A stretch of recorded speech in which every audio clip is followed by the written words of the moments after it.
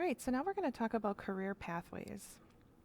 So in this section, I'm just going to go through a variety of different subdisciplines within the biological sciences discipline, and then we are going to talk a little bit about how to complete your discussion post for this section.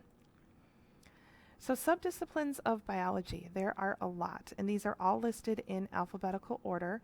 I'm not going to read each one of these to you because the definition is provided for each one, but I want you to take a look at all of these and find one that's most interesting to you. So you can kind of go down the list and just read through them, and there are several slides, again, in alphabetical order.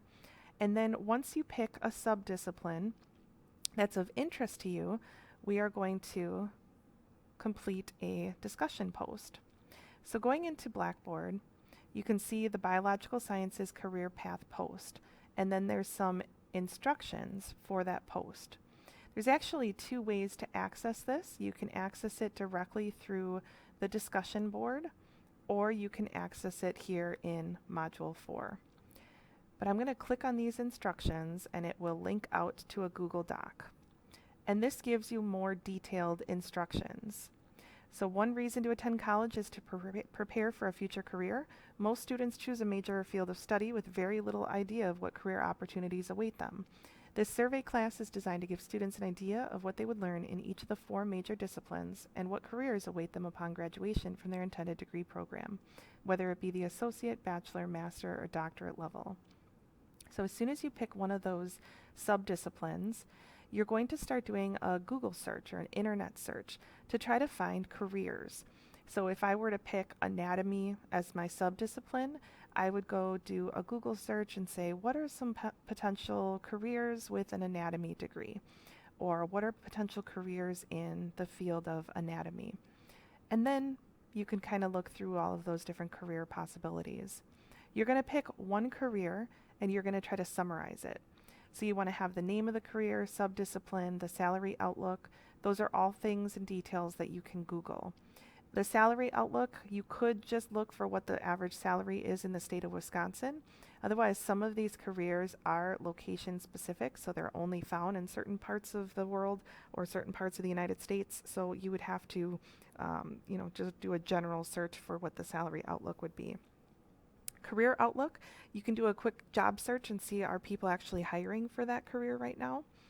Highest level of education that must be completed in order to achieve that career. So if I were to want to become a clinical pathologist, I would have to go through and get my MD, and then I'd have to go specialize and do possibly an internship somewhere or postdoctoral fellowship.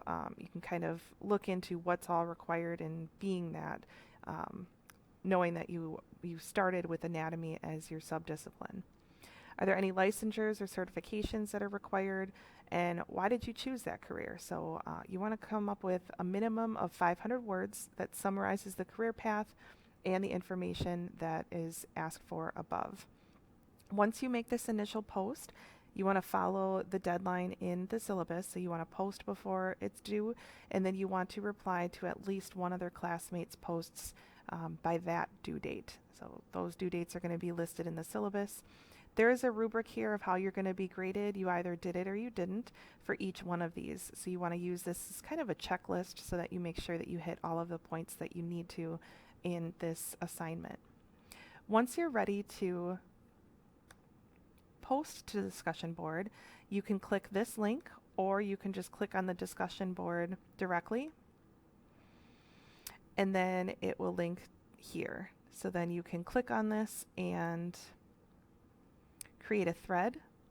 You're not going to be able to see anyone's posts until you post something. So you have to create a thread first before you can see all of everyone else's. And the goal for that is really so that you come up with your own unique post and you're not kind of taking ideas from other posts that are already there. So you create a thread, you're going to title your thread, and then you're going to post your 500-word summary. You can definitely be a little bit more if needed, but you don't want to go below that 500 words. Once you post, then you'll see everyone else's posts, and you can read through those and you can reply to one other classmates.